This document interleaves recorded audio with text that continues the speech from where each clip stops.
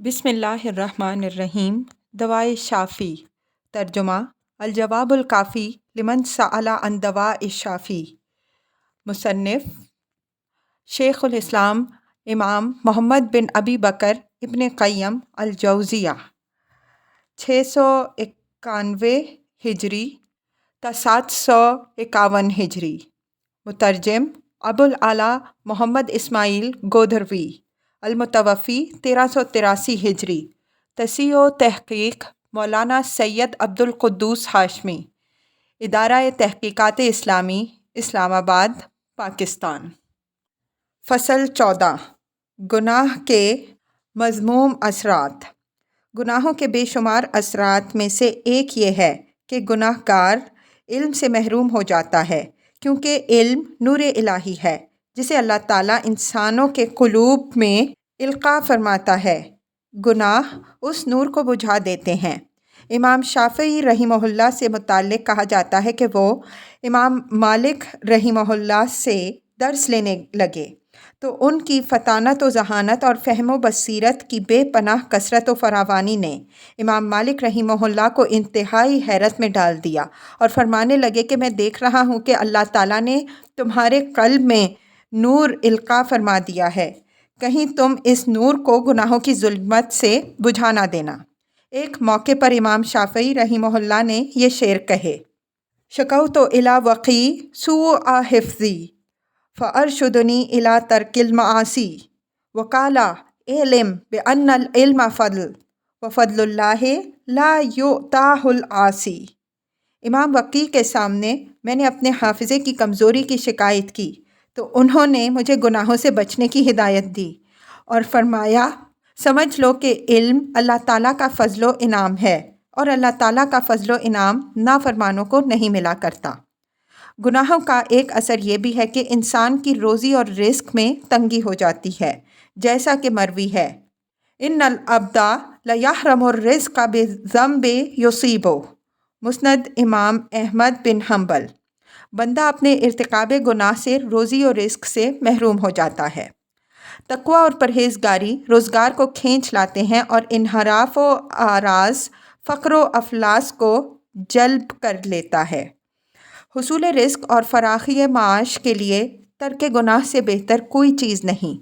گناہوں کا ایک اثر یہ بھی ہے کہ گناہ گار کے قلب اور اللہ تعالیٰ کے درمیان ایک خطرناک نامانوسیت پیدا ہو جاتی ہے، اور یہ نامانوسیت اس قدر خطرناک ہوتی ہے کہ دنیا و ما فیہا کی ساری لذتیں بھی گناہ گار کو میسر آ جائیں تو وہ بے کیف ہی رہتا ہے۔ کوئی لذت و سرور اسے مسرور نہیں کر سکتی، لیکن یہ حقیقت اللہ کا وہی بندہ سمجھ سکتا ہے جس کا دل زندہ ہو اور جس کا قلب بیدار ہو۔ مردے کو تو کوئی سا بھی زخم لگایا جائے اسے تکلیف نہیں پہنچتی۔ بس اگر اس وحشت سے بچنے اور وحشت کے گڑھے سے محفوظ رہنے کے لیے گناہوں کا ترک کرنا ہی مفید ہے تو صاحب عقل و بصیرت گناہوں سے بچنے کے لیے صرف یہی ایک سبب کافی و وافی سمجھ لیں۔ کسی شخص نے بعض عارفین کے سامنے اپنی قلبی وحشت کی شکایت کی تو انہوں نے کہا کہ گناہوں کی وجہ سے تم وحشت میں مبتلا ہو تو گناہ ترک کیوں نہیں کر دیتے؟ گناہ ترک کر دو گے تو اللہ تعالیٰ سے تمہیں انس پیدا ہو جائے گا اور تمہیں سکون و اطمینان حاصل ہوگا۔ لہٰذا سمجھ لینا چاہیے کہ پے در پے گناہ کرنے سے قلب پر وحشت کا بوجھ بڑھتا چلا جاتا ہے، اور اس سے بدتر اور خطرناک بوجھ کوئی دوسرا ہو ہی نہیں سکتا۔ واللہ المستعان۔ گناہوں کا ایک اثر یہ بھی ہے کہ گناہ گار کو لوگوں سے وحشت ہو جاتی ہے۔ ارباب خیر و صلاح سے خصوصاً اسے کچھ ایسی نفرت ہو جاتی ہے کہ وہ ان سے دور بھاگتا ہے، اور جس قدر یہ وحشت ترقی کرتی جاتی ہے اسی قدر وہ ایسے لوگوں سے دور بھاگتا رہتا ہے، ان کے ساتھ اٹھنے بیٹھنے سے گریز کرتا ہے، جس کے نتیجے میں وہ ایسے لوگوں سے استفادہ کرنے سے ہی محروم ہو جاتا ہے۔ اس طرح وہ جس قدر رحمانی گروہ سے دور ہوتا ہے، شیطانی گروہ سے قریب تر ہوتا چلا جاتا ہے۔ اس کی وحشت اس قدر ترقی کر جاتی ہے کہ اسے اپنے بیوی بچوں، اقربا و اعزاء بلکہ اپنی جان تک سے وحشت و نفرت ہونے لگتی ہے۔ چنانچہ سلف صالحین میں سے بعض کا قول ہے کہ جب کبھی اللہ تعالیٰ کی نافرمانی ہو جائے تو اس کا اثر اپنی سواری کے جانور اور اپنی بیوی کے برتاؤ سے محسوس کر لو۔ گناہوں کا ایک اثر یہ بھی ہے کہ گناہ گار کے معاملات میں طرح طرح کی مشکلات اور دشواریاں پیدا ہو جاتی ہیں۔ جس کام کا وہ عزم اور ارادہ کرتا ہے اسے اس کا دروازہ بند نظر آتا ہے یا وہ اسے سخت دشوار پاتا ہے۔ اس کے برخلاف جو آدمی اللہ تعالیٰ سے ڈرتا ہے اس کے تمام کام آسان ہو جاتے ہیں۔ بس جو شخص تقویٰ اور پرہیزگاری کو چھوڑ دیتا ہے اس کے سارے کام مشکل اور دشوار ہو جاتے ہیں۔ گناہوں کا ایک اثر یہ ہے کہ نافرمان آدمی اپنے قلب میں ایک خطرناک ظلمت و تاریکی اس طرح محسوس کرتا ہے جیسے تاریک رات کی ظلمت و تاریکی اپنی آنکھوں سے دیکھتا ہے۔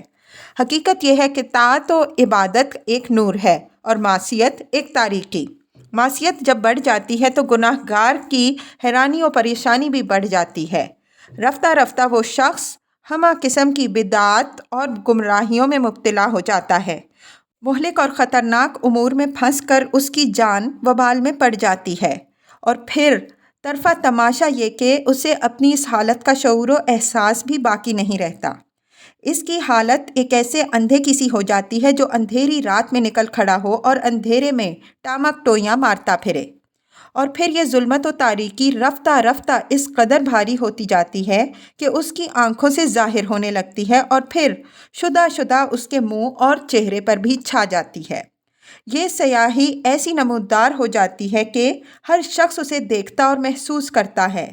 حضرت عبداللہ بن عباس رضی اللہ عنہما فرماتے ہیں، ان للحسنۃ ضیاء فی الوجہ ونورا فی القلب وسعۃ فی الرزق وقوۃ فی البدن ومحبۃ فی قلوب الخلق وان للسیئۃ سوادا فی الوجہ وظلمۃ فی القبر والقلب ووہنا فی البدن ونقصا فی الرزق وبغتۃ فی قلوب الخلق۔ نیکی سے چہرے پر روشنی، قلب میں نور، رزق میں فراخی، بدن میں قوت اور ایک مخلوق کے دلوں میں محبت پیدا ہوتی ہے۔ گناہ سے چہرے پر سیاہی آ جاتی ہے، قبر اور دل میں ظلمت اور تاریکی پیدا ہو جاتی ہے، اور جسم میں کمزوری، روزی میں تنگی ہو جاتی ہے، اور مخلوق کے دلوں میں بغض و نفرت پیدا ہو جاتی ہے۔ گناہوں کا ایک اثر یہ ہے کہ معاصی سے قلب اور بدن کمزور اور بزدل ہو جاتا ہے۔ قلب کی کمزوری تو ظاہر ہے، یہ بڑھتے بڑھتے بالآخر زندگی کو ختم کر دیتی ہے۔ جسم کی کمزوری کی حقیقت یہ ہے کہ مومن کی قوت کا دار و مدار اس کے قلب کی قوت پر ہے۔ مومن کا قلب قوی اور مضبوط ہے تو اس کا جسم بھی قوی اور مضبوط ہوتا ہے۔ فاسق و فاجر کا حال اس کے بالکل برعکس ہوتا ہے۔ وہ اگرچہ جسم اور بدن کے لحاظ سے کتنا ہی قوی اور مضبوط کیوں نہ ہو، لیکن بزدل و کمزور ہوتا ہے، اور بوقت ضرورت اس کی جسمانی طاقت بیکار ثابت ہوتی ہے۔ جان بچانے کے موقع پر اس کی ساری قوتیں اس سے بے وفائی کر جاتی ہیں۔ اہل فارس اور روم کے بہادروں کو دیکھیے کہ یہ لوگ کس قدر قوی اور مضبوط تھے، لیکن عین تحفظ و دفاع کے مواقع پر ان کی قوتوں اور طاقتوں نے ان کے ساتھ کیسی خیانت اور بے وفائی کی، اور اہل ایمان اپنی ایمانی قوت اور جسم و قلب کی طاقت سے ان پر کس طرح غالب اور مسلط ہو گئے۔ گناہوں کا ایک اثر یہ بھی ہے کہ انسان اطاعت خداوندی سے رک جاتا ہے۔ صرف یہی ایک سزا اس کے لیے طاعت و عبادت کا راستہ بند کر دیتی ہے۔ اگر صرف یہی سزا ہوتی تو یہ بھی بندے کے لیے بہت ہی سخت تھی، مگر یہ سزا اس کے لیے اطاعت و عبادت کا دوسرا راستہ بھی بند کر دیتی ہے۔ پھر اس کے لیے تیسرا راستہ منقطع ہو جاتا ہے، اور بعد ازاں چوتھا، یہاں تک کہ یہ سلسلہ یکے بعد دیگرے طویل ہوتا جاتا ہے۔ اس طرح بندے کے لیے بہت سی طاعتوں کی راہیں بند ہو جاتی ہیں، حالانکہ اس کے حق میں ہر طاعت و عبادت دنیا و ما فیہا سے بہتر، قیمتی اور موجب خیر و برکت تھی۔ اس کی مثال یوں ہے کہ ایک آدمی کسی ایسی چیز کا لقمہ کھا لیتا ہے جو اسے ایک طویل مرض میں مبتلا کر دیتا ہے، پھر وہ اس کے سبب طویل عرصے تک لذیذ غذاؤں سے محروم ہو جاتا ہے جن کا ہر لقمہ کہیں زیادہ لذیذ اور بہتر تھا۔ گناہوں کی ایک تاثیر یہ ہے کہ گناہ عمر کو تباہ کر دیتے ہیں، اور عمر کی ساری برکتیں بندے سے چھن جاتی ہیں۔ یہ لازمی امر ہے کہ نیکی جس طرح عمر کو بڑھاتی ہے، فسق و فجور سے عمر کوتاہ ہوتی ہے۔ اس مقام پر علماء کرام میں کچھ اختلاف ہے۔ ایک گروہ کے نزدیک گناہ سے عمر کی کوتاہی کا مطلب یہ ہے کہ عمر کی برکتیں کم ہو جاتی ہیں اور عمر اس کے حق میں موجب زحمت و وبال بن جاتی ہے۔ ہمارے نزدیک یہی معنی حق اور صحیح ہے، کیونکہ یہ یقینی امر ہے کہ گناہوں کی تاثیر سے عمر کی برکتیں سلب ہو جاتی ہیں۔ دوسرا گروہ کہتا ہے کہ گناہ حقیقتاً عمر کو اس طرح کم کر دیتے ہیں جیسے روزی کم ہو جاتی ہے۔ حق سبحانہ و تعالی نے رزق و روزی میں خیر و برکت عطا کرنے کے بہت سے اسباب رکھے ہیں، جن کے ذریعے سے وہ رزق و روزی میں برکت و فراوانی عطا کرتا ہے۔ اس طرح اس نے عمر میں برکت عطا کرنے کے لیے بھی بہت سے اسباب رکھے ہیں۔ ان علماء کا یہ کہنا ہے کہ ان کے اس مسلک پر کہ ان اسباب سے عمر بڑھتی اور گھٹتی ہے، کوئی اعتراض اور استحالہ لازم نہیں آتا، کیونکہ روزی، عمر، اجل، سعادت، شقاوت، صحت و مرض، غنا و فقر وغیرہ تمام امور قضائے الہی سے وابستہ ہیں۔ باوجود اس کے حق سبحانہ و تعالی ان اسباب کے ذریعے جو اپنے مسببات کے مقتضی ہیں، اپنی مشیت اور ارادہ ہی سے فیصلہ اور حکم فرماتا ہے۔ اسی پر عمر کے مسئلے کو بھی قیاس کر لیجئے۔ تیسرے گروہ کی رائے میں عمر کم ہونے کے معنی یہ ہے کہ گناہوں کی وجہ سے حقیقی عمر فوت ہو جاتی ہے، کیونکہ حقیقی اور اصلی زندگی یہ ہے کہ انسان کا قلب زندہ ہو۔ چنانچہ اسی معنی کی روح سے اللہ تعالیٰ نے کافر کو مردہ کہا، جیسا کہ ارشاد فرمایا امواتن غیر احیاء، نحل 21۔ کافر مردے ہیں جن میں جان نہیں۔ بس حقیقی زندگی قلب کی زندگی ہے اور انسان کی عمر اس کی اسی زندگی کے زمانے کا نام ہے۔ انسان کی عمر اس کے وہی اوقات زندگی ہیں جو اللہ تعالیٰ کے ساتھ گزریں، اور یہی اوقات اس کی عمر کی حقیقی ساعتیں ہیں۔ ظاہر ہے کہ تقویٰ و پرہیزگاری، طاعت و عبادت ان اوقات میں اضافہ اور خیر و برکت پیدا کرتی ہے۔ یہ انسان کی حقیقی عمر ہے جس کے بغیر عمر کی کوئی حقیقت نہیں۔ حاصل کلام یہ ہے کہ بندہ جب اللہ تعالیٰ کی جناب سے گریز کرتے ہوئے معاصی کا ارتکاب کرتا ہے تو اس کی وہ حقیقی زندگی فنا ہو جاتی ہے جس کے فنا ہو جانے کا افسوس اسے اس دن ہوگا جس دن اس کی زبان سے بے ساختہ نکلنے لگے گا، یا لیتنی قدمت لحیاتی۔ الفجر 24۔ کاش کہ میں اپنی آخرت کی اس زندگی کے لیے پہلے سے کچھ حاصل کر چکا ہوتا۔ یہاں یہ سمجھ لینا چاہیے کہ بندے کی کئی حالتیں ہیں۔ وہ اپنی دنیاوی اور اخروی مصالح سے بے خبر ہے یا باخبر۔ ان مصالح سے اگر بالکل بے خبر ہے تو ساری عمر رائے گاں گئی، اور بے خبر نہیں تو پھر بھی معاصی میں گرفتار ہے، کیونکہ راہ کے عوائق و مشکلات کی وجہ سے اصل راہ اس کے لیے طویل ہو گئی، اور خیر و صلاح کے اسباب اس کے لیے اسی قدر دشوار ہو گئے جس طرح خیر و صلاح کی ازداد اور مخالف امور میں اس کی مشغولیت رہی۔ بندے کی یہ حالت بھی اس کی حقیقی عمر کا بڑا نقصان ہے۔ مسئلے کا حقیقی راز یہ ہے کہ انسان کی عمر حقیقتاً اس کی زندگی کی مدت کا نام ہے۔ انسان کی زندگی یہی ہے کہ وہ اپنے پروردگار کی طرف رجوع کرے، اس کی محبت و ذکر سے لذت اندوز ہو اور اس کی رضا مندی اور رضا جوئی کو سب سے مقدم سمجھے۔ فصل 15۔ گناہ در گناہ۔ گناہوں کا خاصہ یہ ہے کہ ایک گناہ دوسرے گناہ کے لیے بیج کا کام کرتا ہے۔ اس طرح ایک سے دوسرا اور دوسرے سے تیسرا گناہ پیدا ہوتا رہتا ہے، یہاں تک کہ آدمی کے لیے گناہ کو چھوڑنا اور اس بھنور سے نکلنا مشکل ہو جاتا ہے۔ بعض سلف صالحین کہتے ہیں کہ ایک گناہ کی سزا دوسرے گناہ کی شکل میں ملتی ہے، اور نیکی کا صلہ ما بعد کی نیکی کے صلے میں حاصل ہوتا ہے۔ ایک بندہ کوئی نیکی کرتا ہے تو دوسری قریبی نیکی کہتی ہے کہ مجھے بھی انجام دیتے چلو۔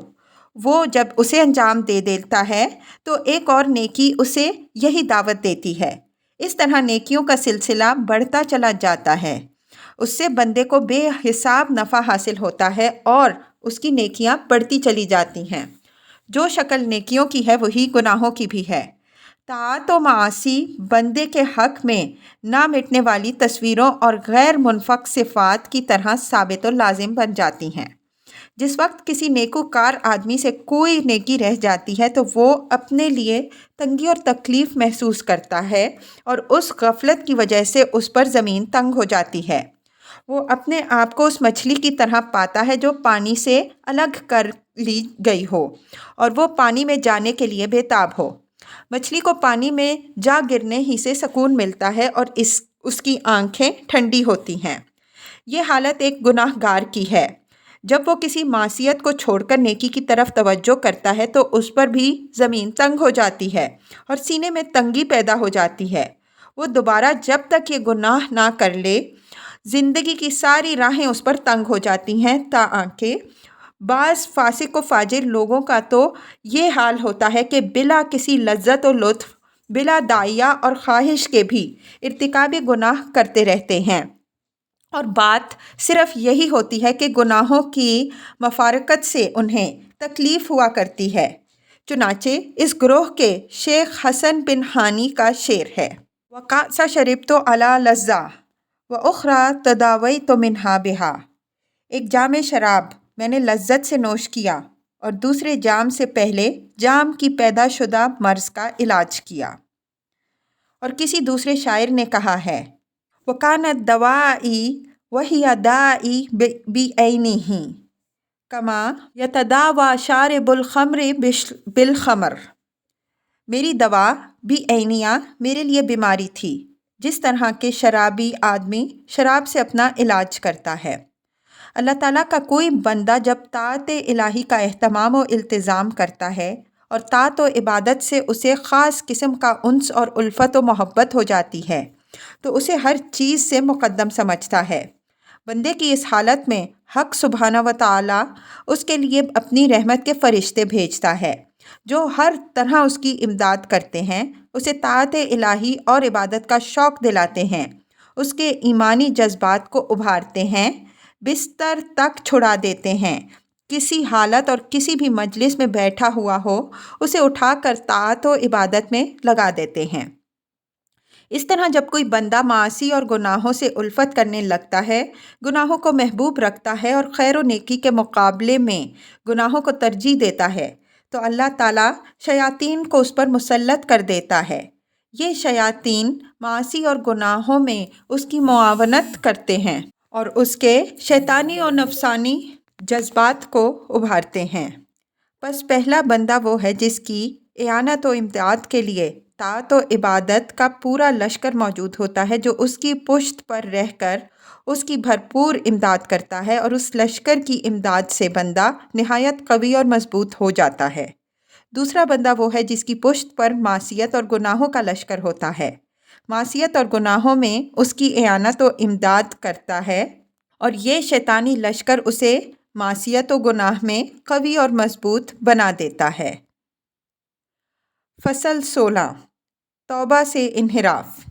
آثار معاصی میں سے ایک خطرناک اور مہلک امر یہ بھی ہے کہ گناہ بندے کے قلب کو کمزور اور پست ہمت بنا دیتے ہیں۔ توبہ کے ارادے کو آہستہ آہستہ کمزور کرتے رہتے ہیں اور معصیت و گناہ کے جذبات اور ارادے کو قوی و مستحکم کر دیتے ہیں۔ نتیجتاً بندے سے توبہ و انابت کی توفیق بتدریج مفقود ہو جاتی ہے اور شدہ اس کے قلب سے توبہ و انابت کا مقصد اور ارادہ کلیتاً ختم ہو جاتا ہے۔ بس جس بندے کا آدھا قلب مر چکا ہے، اگر وہ اللہ تعالیٰ کی جناب میں توبہ و استغفار کے لیے جھکتا بھی ہے تو اس کی توبہ و استغفار جھوٹی ہوتی ہے۔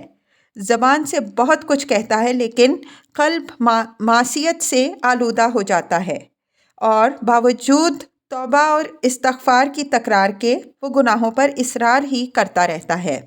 اس کا عزم و ارادہ گناہوں کے موقعوں کی تلاش میں رہتا ہے، اور حقیقتاً یہ انسان کے لیے ایک شدید مرض ہے اور ہلاکت سے قریب تر ہونے کی حالت ہے۔